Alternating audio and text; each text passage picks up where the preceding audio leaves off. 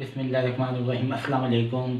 Second year electronics का subject है ELTR 212। Chapter number 1 हमने जो है वो तो ख़त्म कर दिया है। चैप्टर 1 में हमने बेसिक चीज़ें पढ़ी हैं कि बेसिक चीज़ें कौन सी पढ़ी हैं, जॉइंट वेक्टर क्या होती हैं, स्केलर क्या होता है, वेक्टर क्या होता है, स्केलर प्रोडक्ट कैसे लेते हैं और वेक्टर प्रोडक्ट कैसे होता है लेते हैं। ठीक है, अब चैप्टर नंबर 2 जो हमारा है वो है कोऑर्डिनेट सिस्टम। कोऑर्डिनेट सिस्टम पे आने से पहले कुछ डेफिनेशन है हमारे पास। पहली जो डेफिनेशन है वो है कि ऑर्थोगोनल सिस्टम जो होते हैं वो कौन से होते हैं।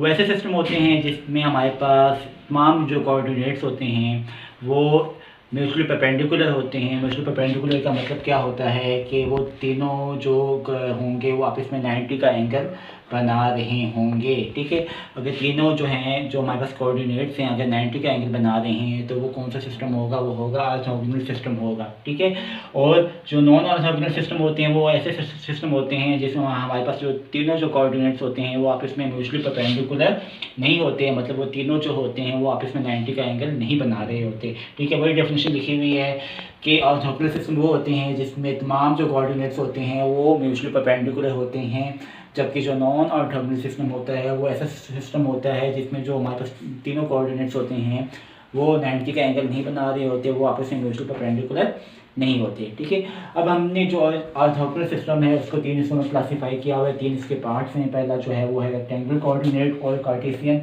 दूसरा जो है सेकंड वन है सिलेंड्रिकल कोऑर्डिनेट और जो लास्ट वन वाला है स्फेरिकल कोऑर्डिनेट। ठीक है, इसमें हमारे पास जो लास्ट वाला जो है स्फेरिकल कोऑर्डिनेट ये हमारे सिलेबस में इंक्लूड नहीं है, इसलिए ये हम नहीं पढ़ेंगे। जो बाकी जो दो हैं नंबर 1 रेक्टेंगुलर कोऑर्डिनेट और जो सिलेंड्रिकल कोऑर्डिनेट है उसके बारे में हम पढ़ेंगे और इसके बारे में ये पढ़ेंगे ये एक दूसरे से कैसे रिलेट करते हैं और ये एक दूसरे में कैसे कन्वर्ट हो सकते हैं। ओके, अब हम आते हैं कि रेक्टेंगुलर कोऑर्डिनेट जो होते हैं वो कौन से होते हैं। रेक्टेंगुलर कोऑर्डिनेट या कार्टेशियन कोऑर्डिनेट जो होते हैं वो कौन से होते हैं। वो ऐसे होते हैं कि अगर हम किसी पॉइंट को 3 डायमेंशनल सिस्टम में एक्सप्रेस करने के लिए या बयान करने के लिए 3 कोऑर्डिनेट जो होते हैं x, y और z को इस्तेमाल करते हैं तो वो कौन सा होता है, रेक्टेंगुलर कोऑर्डिनेट होता है। ठीक है, मतलब क्या है कि अगर हम x, y और z कोऑर्डिनेट को इस्तेमाल कर रहे हैं किसी पॉइंट को 3 डायमेंशनल स्पेस में बयान करने के लिए या लिखने के लिए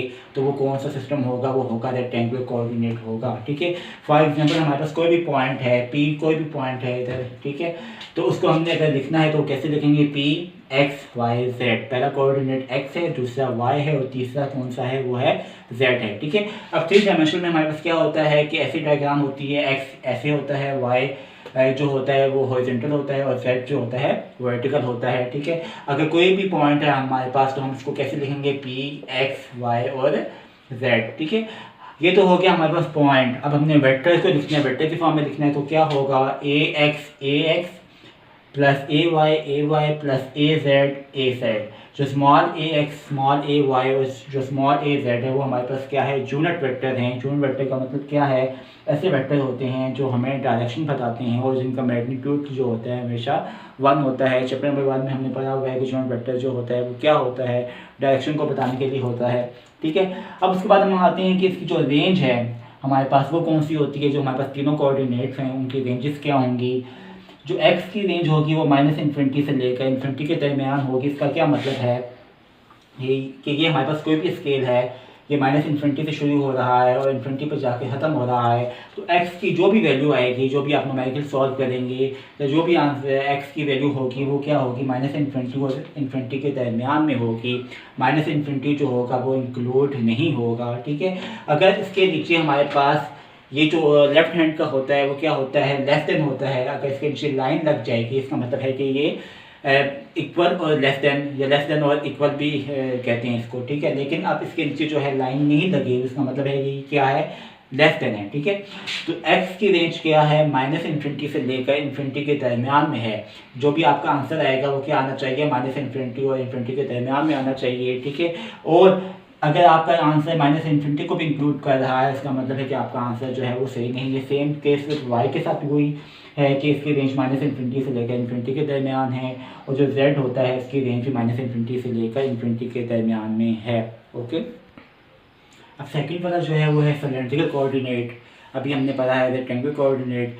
सिलेंड्रिकल कोऑर्डिनेट क्या होता है कि अगर हम किसी पॉइंट को 3 डायमेंशनल स्पेस में एक्सप्लेन करने के लिए या एक्सप्रेस करने के लिए सिलेंड्रिकल रेडियस रो, इसको रो कहते हैं, ये जो इसका जो सिंबल होता है इस फॉर्म में होता है, इसको रो कहते हैं। सिलेंड्रिकल रेडियस रो या प्लेन ऑफ कांस्टेंट जेड या plane of constant angle phi इस्तेमाल करें एक्स एक्सिस से, तो ये क्या होगा, सिलेंड्रिकल कोऑर्डिनेट होगा। ठीक है, रेक्टेंगुलर कोऑर्डिनेट में हमने जो पॉइंट को एक्सप्लेन करने के लिए एक्सप्रेस करने के लिए एक्स वाई और जेड को यूज़ किया है, और जबकि सिलेंड्रिकल कोऑर्डिनेट में क्या होता है, हमारे पास किसी भी पॉइंट को एक्सप्लेन करने के लिए वो क्या होगा, रो, उसके बाद फाई और जेड। अब इसमें ये देख लें कि हमारे पास जो लास्ट कोऑर्डिनेट है रेक्टेंगुलर कोऑर्डिनेट में और जो सिलेंड्रिकल कोऑर्डिनेट में, वो दोनों में क्या है, सेम है। मतलब जो इसमें वैल्यू होगी वही इसमें वैल्यू होगी। ठीक है, वही सेम इसमें है कि अगर किसी पॉइंट को आपने लिखना कैसे लिखेंगे, पी रो फाई जेड के बराबर है। वेक्टर फॉर्म में कैसे लिखेंगे, ए रो प्लस ए फाई प्लस ए जेड जो बाद में है वो क्या है, स्मॉल जो अल्फ़ाबेट में वो क्या होंगे, यूनिट वेक्टर होंगे। उसके बाद क्या है, इसकी रेंज क्या होती है, रो की रेंज क्या होती है, 0 से लेकर इन्फिनिटी के दरमियान में होती है। ठीक है, लेकिन 0 भी इंक्लूड होता है। ठीक है, अब इसका क्या मतलब है कि जो रो की रेंज होगी 0 से लेकर इन्फिनिटी के दरमियान में होगी और 0 और इन्फिनिटी भी इंक्लूड होंगे। अब इसके नीचे क्या है, लाइन लगी हुई है, इसका मतलब क्या है कि लेस देन और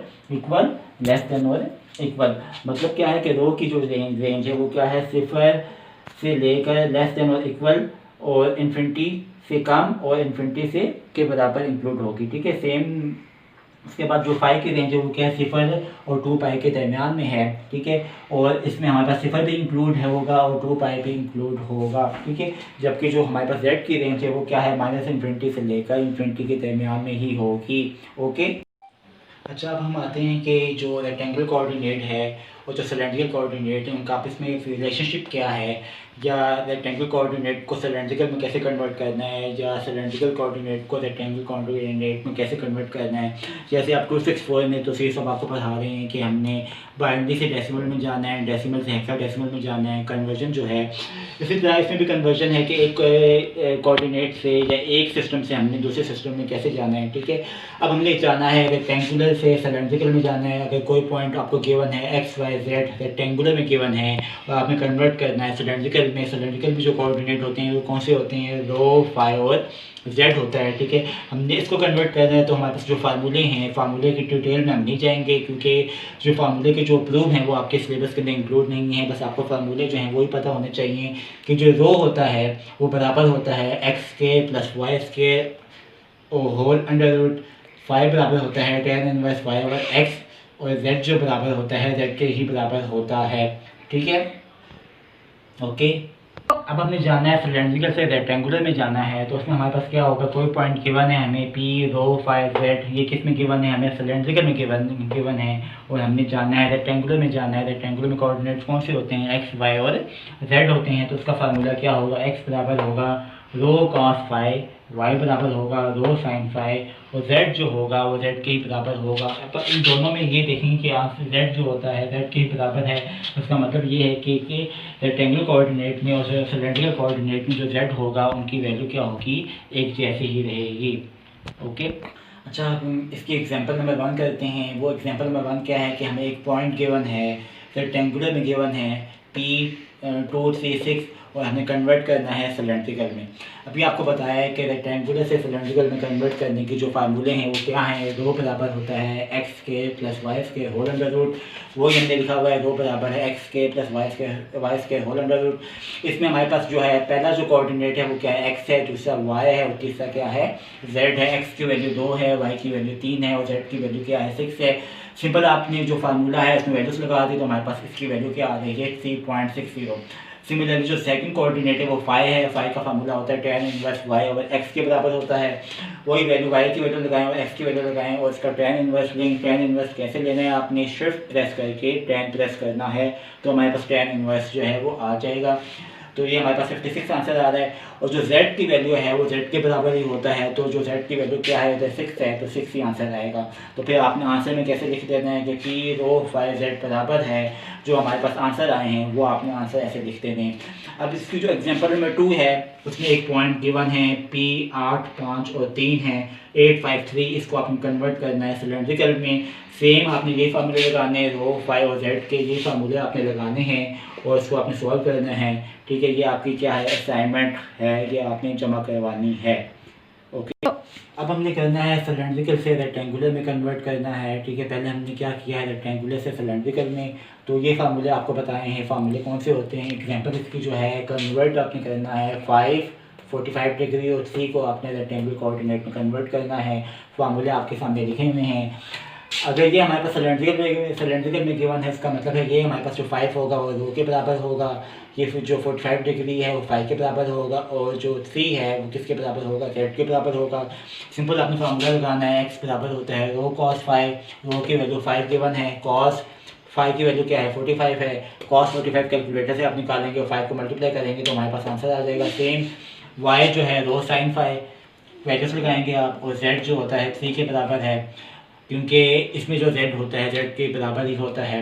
ठीक है, और इसकी जो एग्जांपल नंबर 2 है वो क्या है, एक पॉइंट गिवन है 2, 30 और 30 डिग्री और 4। इसको आपने कन्वर्ट करना है रेक्टेंगुलर में। इसमें भी आपने सिंपल ये फार्मूले लगाने हैं और ये आपने सॉल्व करके जो है असाइनमेंट नंबर 1 होगी आपकी, और ये आपने मुझे व्हाट्सएप करनी है। एक मैंने एग्जाम्पल आपको दी है रेक्टेंगुलर से सिलेंड्रिकल में अभी, और जो दूसरी एग्जांपल जो आपने करनी है वो है सिलेंड्रिकल से रेक्टेंगुलर में। ये वाली एग्जांपल आपने सॉल्व करके मुझे व्हाट्सएप कर देनी है। Thank you very much.